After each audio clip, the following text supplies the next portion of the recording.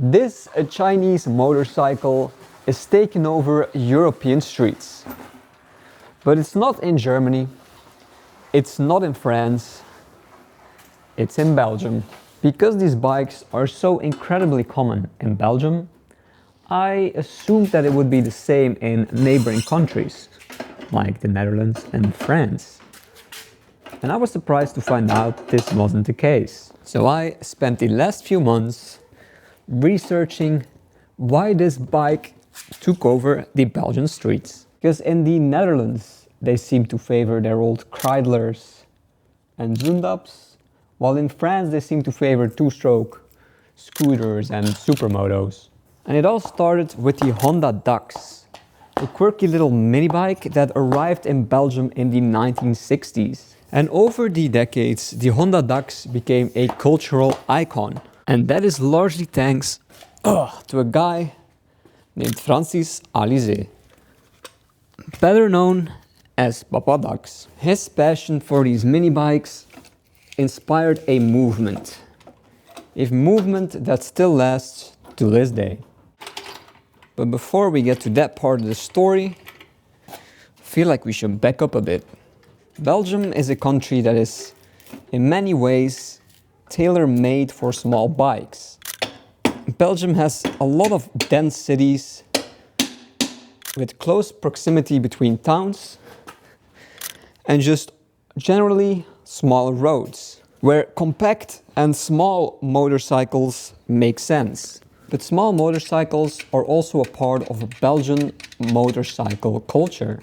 Because where in America you have endless highways with big high-speed cruisers, Belgium has always leaned towards small motorcycles. For starters, there is the progressive licensing system, which encourages young riders to start on lightweight and nimble bikes. So for most people in Europe, these small bikes play a crucial role in the early years of motorcycle riding.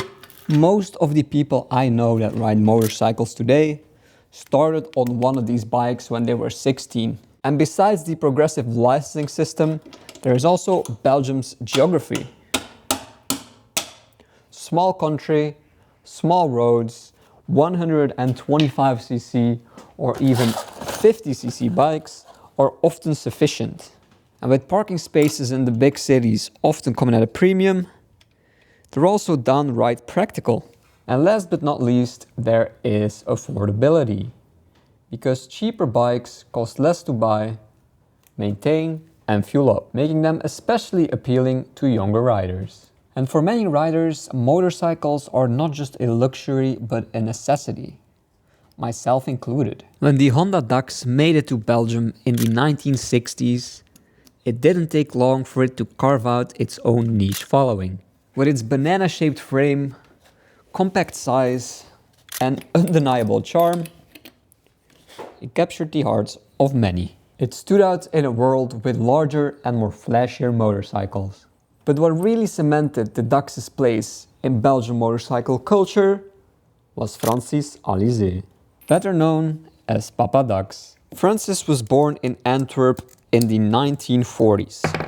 He grew up during a time where motorcycles symbolized freedom. But his fascination wasn't with the big bikes. It was with the smaller, more compact bikes. More accessible machines that anybody could ride. And in 1977, at the age of 29 years old, Francis bought his first Dax. And this Dax wasn't just a purchase, it was the start of a lifelong passion. Over the years, Francis owned countless mini bikes. It's said that in his lifetime, he has owned at least 45 different ones. And his obsession didn't go unnoticed. People in the community started to call him Papa Dax. The nickname wasn't just a reflection of his collection, it spoke to his role as a mentor and friend to anybody that shared the passion for the Honda Dax. And what made Francis a true legend was his generosity. Despite facing challenges of his own, Francis was always the first to lend a hand. If a fellow rider broke down, he would hop on his bike, backpack full of tools and parts, and go help out. And his knowledge about these machines was unmatched. His kindness made him a beloved figure in the community. And in 1986, Francis did probably the most important thing to skyrocket the popularity of these bikes. Because in 1986, Francis founded ADA, the Antwerp Dax Association, the first motorcycle club in Belgium, probably the first in Europe, focused solely around these types of bikes. And what started as a small group of enthusiasts quickly spread into a nationwide phenomenon. ADA's annual Bobby meeting became legendary. Hundreds of riders cruised through Antwerp, creating a spectacle that ended in Bobbejaanland, a theme park here in Belgium. At its peak, the ride threw 800 mini-bikes out to the streets, once again cementing the Dax's status as a cultural phenomenon here in Belgium. Inspired by ADA's success, similar clubs sprouted in cities all around Belgium, further spreading the minibike craze. These clubs helped create a thriving ecosystem of dealerships and aftermarket shops. Riders could customize their bikes, adding unique touches that reflect their personalities. Which rings very true for these bikes, because if you ever end up going to one of these meetings or group rides, it will be very hard to find two identical bikes. And this network of dealerships and aftermarket shops laid the foundation of what was to come. Because in the late 90s, early 2000s, Honda's patents to produce these bikes ran out. And as with a lot of things in this world, when that happens, Chinese manufacturers take over. And that is exactly what happened here. In the early 2000s, countless of Chinese manufacturers popped up producing clones of these bikes. This is one of them. This is probably the most popular of them all, a SkyTeam Dax. And these bikes weren't just knockoffs, they were affordable alternatives to the original, which gave the popularity of the mini bikes another boost. They carried the charm of the original, and for many, myself included, they were the gateway to the mini bike hobby. Affordable pricing made these Chinese models widely popular, and the already established dealership network made it easy to get them. And while purists were skeptical about these bikes, others embraced them and took them into the hobby. And for a period in the mid-2000s, every teenage boy rode one of these.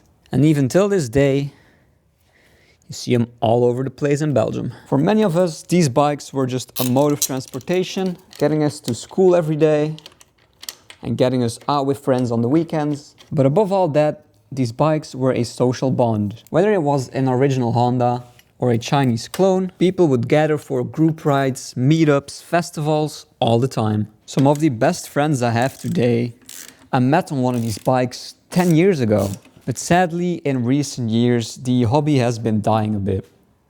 When doing research for this video, I went to the old Facebook groups that used to be filled with tens, if not hundreds of messages a day, to see that they're pretty much dead. The same goes for these bikes. The main importer of these bikes quit. You can no longer get them. From what I understand, it is because of the increasing difficulty to get these bikes through the emissions tests. There are a few of us keeping it alive, but sadly it is not what it used to be. But I would like to end this video on a positive note by giving a shout out to Papa Dax. I myself started on one of these bikes. That's where my love for motorcycles started. So if it wasn't for him, this channel might have never existed.